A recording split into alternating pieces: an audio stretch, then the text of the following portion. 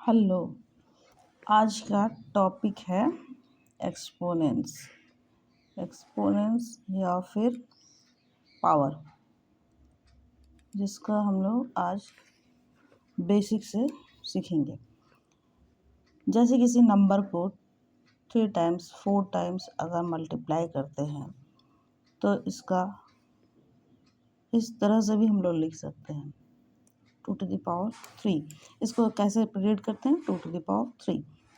उसके बाद इसका बोलते क्या है, what is 2 and what is 3।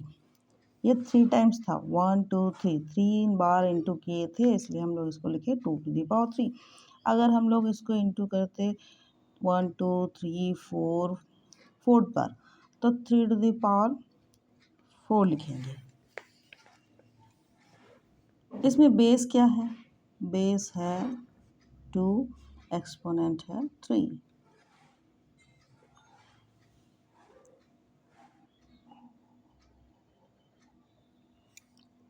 Second वाले में बेस कितना है, बेस है 3, एक्सपोनेंट है 4।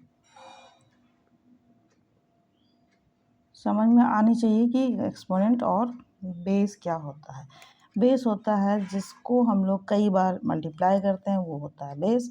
और कितनी बार मल्टीप्लाई किया गया है यहाँ पर ऊपर में जो लिखते हैं उसको बोलते हैं एक्सपोनेंट। या फिर इसको a इंटू ए भी कर सकते हैं। इसको क्या लिखते हैं, a to the power 2। इसका बेस हो गया a एंड एक्सपोनेंट हो गया कितना, 2। अलजेब्रा का ये पोर्शन आता है, इसलिए हम लोग x के फॉर्म में, a के फॉर्म में, y के फॉर्म में, किसी भी फॉर्म में इसको मल्टीप्लाई करके दिखा देते हैं। ये मैंने कितने बार इंटू किया, 1 2 3 4 5, x टू दी पावर 5 लिखते हैं, जिसमें बेस क्या है, बेस है x एंड एक्सपोनेंट है 5। ठीक है। इसका कुछ लॉज है, क्वेश्चंस को सॉल्व करने के लिए कुछ लॉज ऑफ एक्सपोनेंट्स हैं। लॉज ऑफ एक्सपोनेंट्स, कुछ लॉज हैं जिसको हम लोग डिटेल्स में पढ़ेंगे।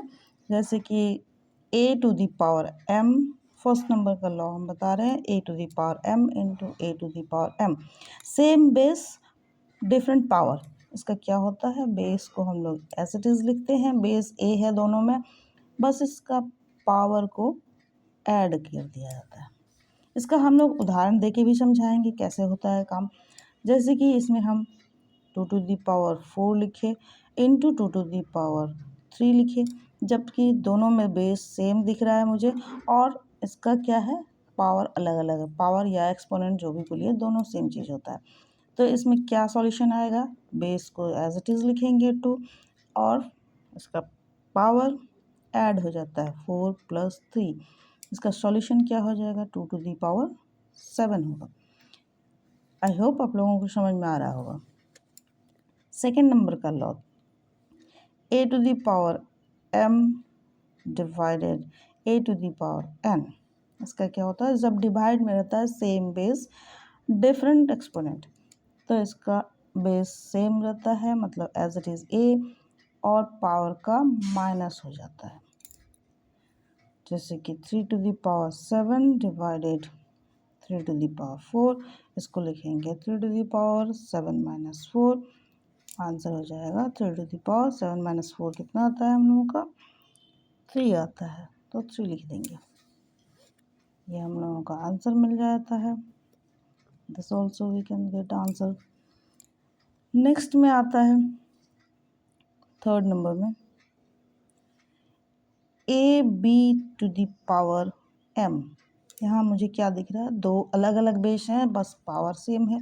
तो ये जो पावर है ब्रैकेट के बाहर है, इसलिए ये ब्रैकेट के अंदर जितने भी नंबर्स होंगे सबके लिए सेम पावर होगा। जैसे कि एक एग्जांपल देते हैं, 2 × 3 टू दी पावर लेते हैं 4, तो ये क्या हो जाएगा, 2 to the power 4 into 3 to the power 4। Next में आता है a to the power minus M.